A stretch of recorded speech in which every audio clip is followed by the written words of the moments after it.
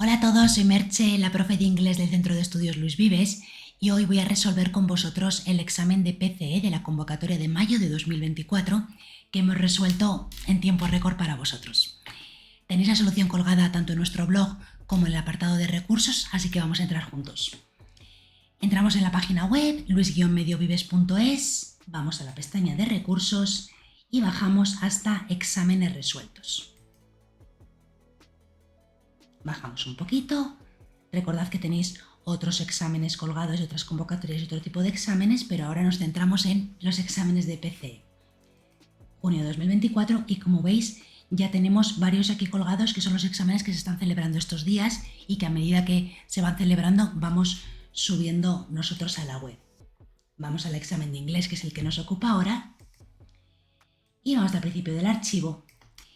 El examen pues comienza con las instrucciones generales que tenéis aquí disponibles, los criterios de evaluación, todo tanto en inglés como en español. Y aquí comenzaría el examen, la parte 1. Vamos a bajar hasta las soluciones que las tenemos después, pero ya vamos viendo que el texto es un poquito más largo que lo que PCE nos tiene acostumbrados. Si bien es cierto, la convocatoria del año pasado ya fue una extensión similar a la de este examen. Recordad que en este examen, en este año, en el 2024, ha cambiado el examen, principalmente en el número de preguntas, las preguntas de test que os ofrecen y que tenéis que contestar, en la puntuación de las mismas y en la puntuación de la redacción. Pero ahora a medida que vayamos resolviendo lo vamos a ir recordando. Las preguntas de Use of English y las dos redacciones que os han ofrecido para hacer.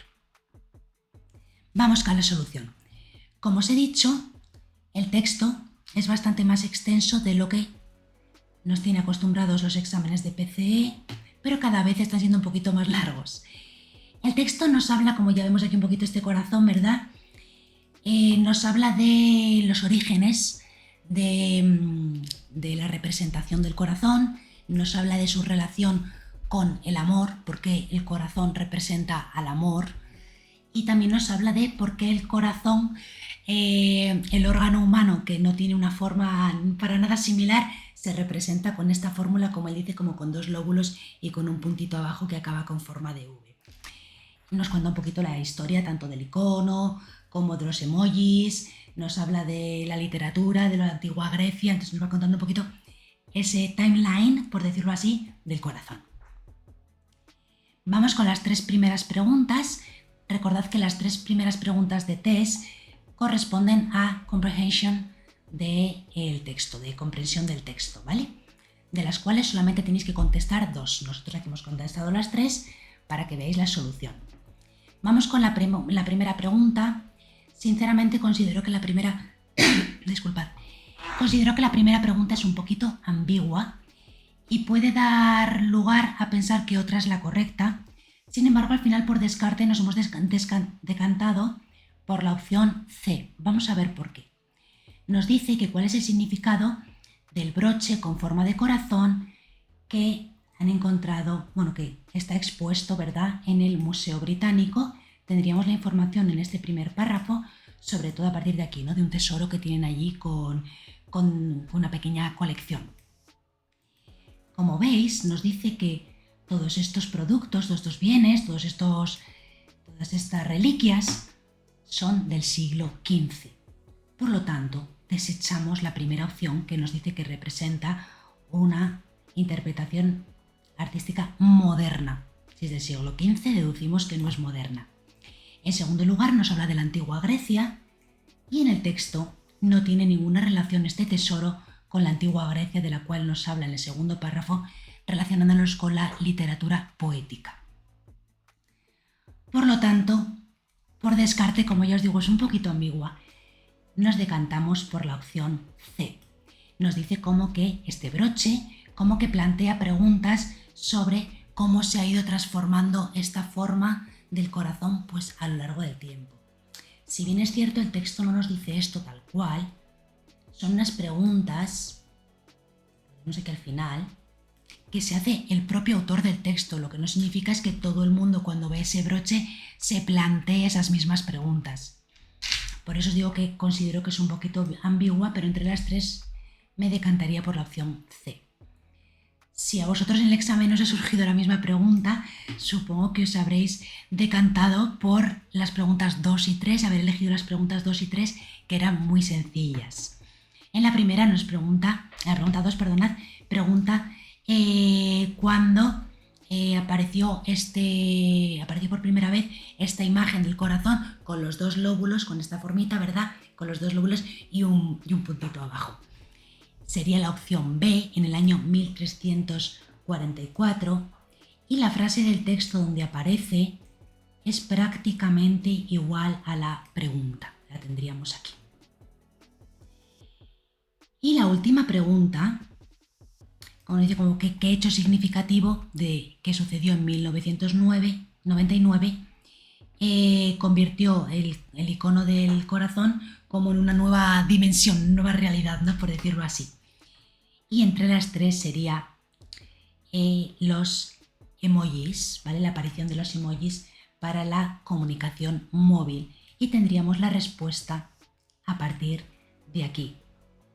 Nos lo dice aquí tal cual la frase. Es decir, aquí la frase prácticamente nos la introduce en el año 1999 el proveedor japonés NTT Docomo lanzó los primeros emojis para la comunicación móvil. Es decir, que en esta frase encontraríamos la respuesta que, como os digo, es prácticamente igual al enunciado. Por lo tanto, aunque la 1 era un poquito ambigua, creo que la 2 y la 3 eran muy sencillas. Pasamos a las preguntas de test de Use of English. Aquí ha habido un cambio, recordad que antes había más preguntas, ahora os dan 5 preguntas de las cuales tenéis que elegir 3, siempre lo tenéis en el enunciado. La primera tenemos They didn't reach an agreement due to their differences.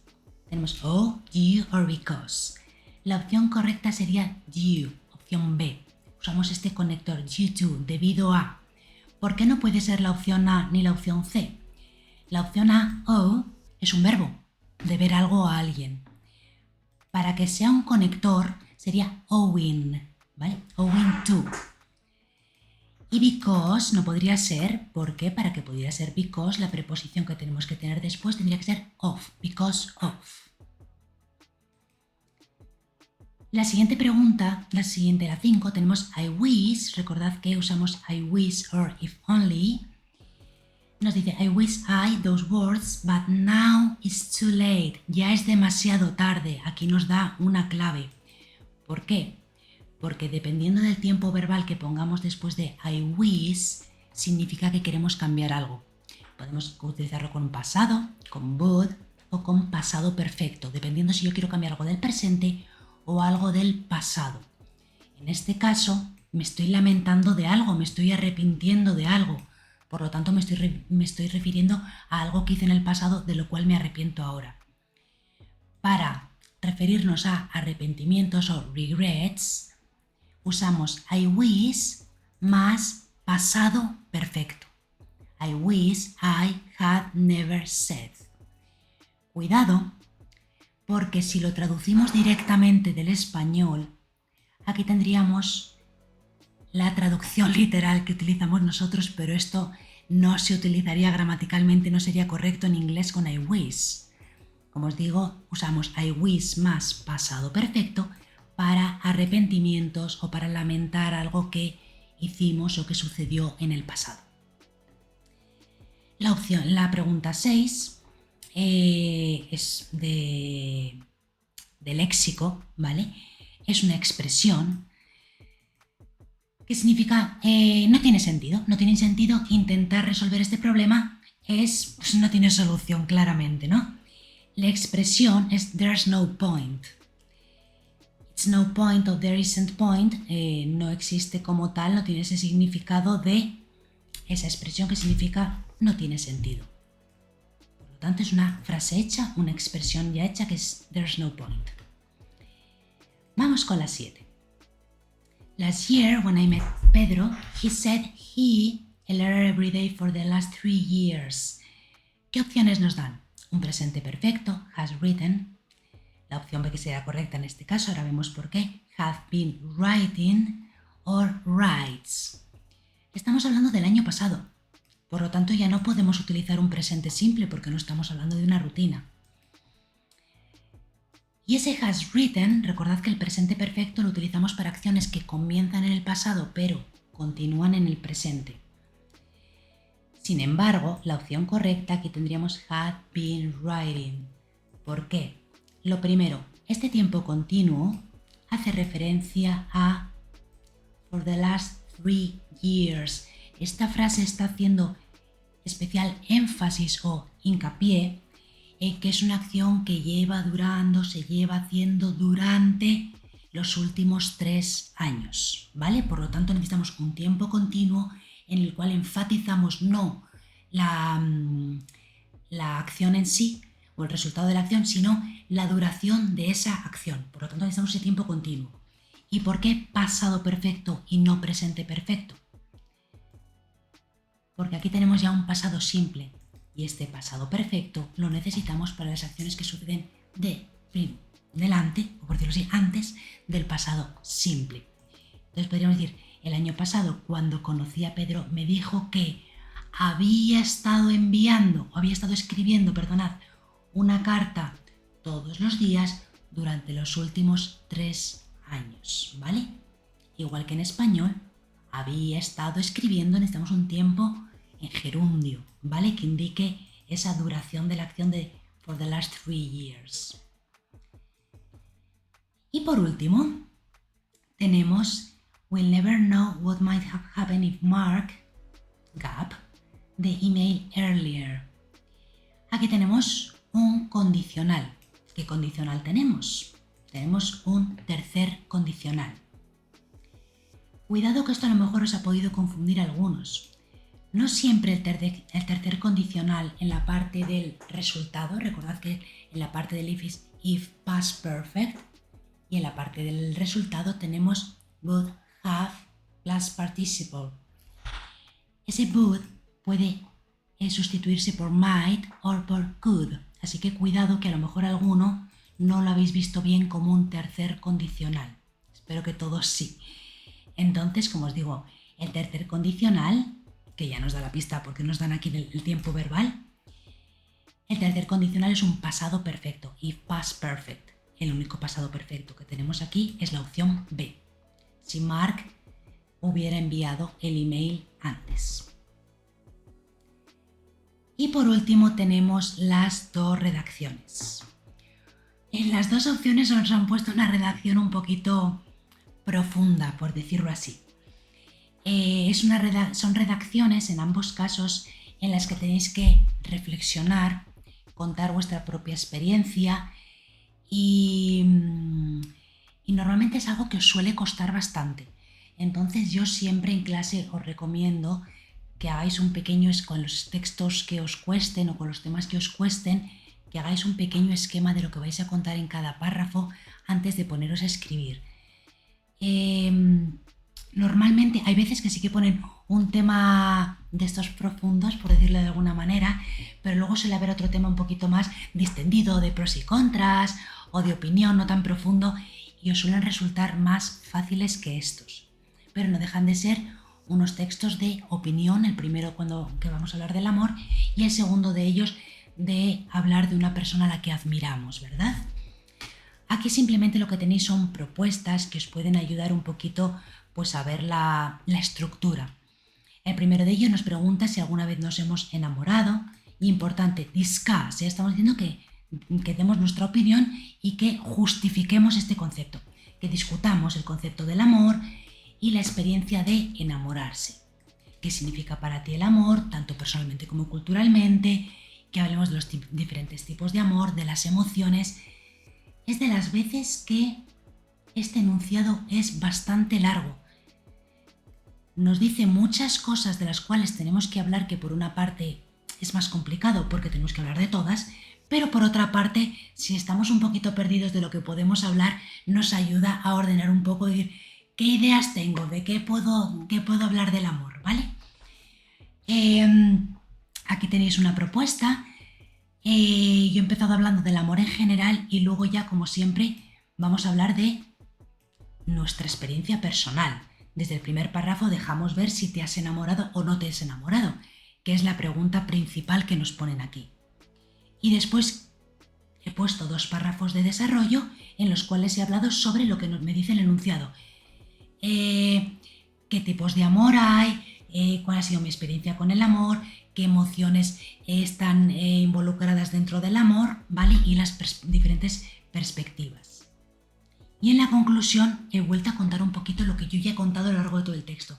Recordad que en la conclusión nunca añadimos ninguna idea que no hayamos dicho antes, ¿vale? Es simplemente concluimos, retomamos la idea general que hemos dado ya a lo largo de todo nuestro texto y que quede clara de una manera concisa, es decir, parafraseamos un poquito lo que ya hemos dicho, siempre con palabras diferentes, pero recordad, en la conclusión nunca añadimos ideas nuevas.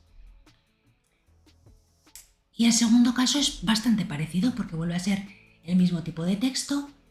En este caso nos dice que reflexionemos sobre las personas que admiramos y respetamos profundamente, explicar sus cualidades, acciones, valores, cómo vemos a esas personas desde nuestro punto de vista, qué impacto han tenido en nuestra vida y en las de otros.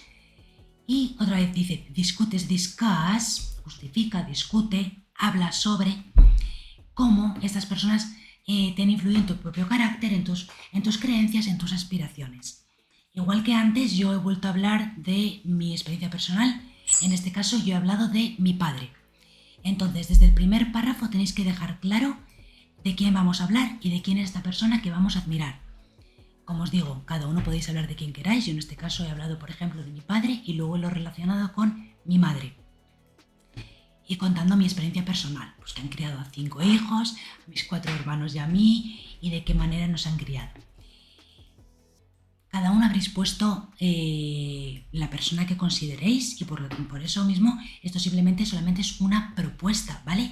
Pero ¿qué es lo que tenéis que fijaros en esta propuesta que os hacemos? Pues efectivamente en eso, que desde el primer párrafo tiene que quedar claro quién es esta persona de la que estamos hablando o personas y por qué. Un porqué de manera concisa. ¿Por qué? Porque a lo largo de todo mi desarrollo ya voy a explicar todas las razones que me llevan a que mi padre y mi madre, en este caso yo me he centrado más en mi padre, sean esa persona, ese ídolo, ese héroe, esa persona a la cual yo admiro. ¿Y por qué? Pues cómo era su carácter, cómo se ha comportado con nosotros, en mi caso, cómo esto me ha afectado a mi vida diaria, cómo me ha formado como persona, como adulta, un poquito lo que yo he contado. Y finalmente, en la conclusión, pues igual que en el apartado A, he retomado las ideas que ya había dicho anteriormente de una manera concisa y generalizada. Espero que para aquellos que lo hayáis hecho os haya salido fenomenal, que tengáis muy buenos resultados. Espero haberos ayudado y cualquier duda, por favor, decídnosla en comentarios.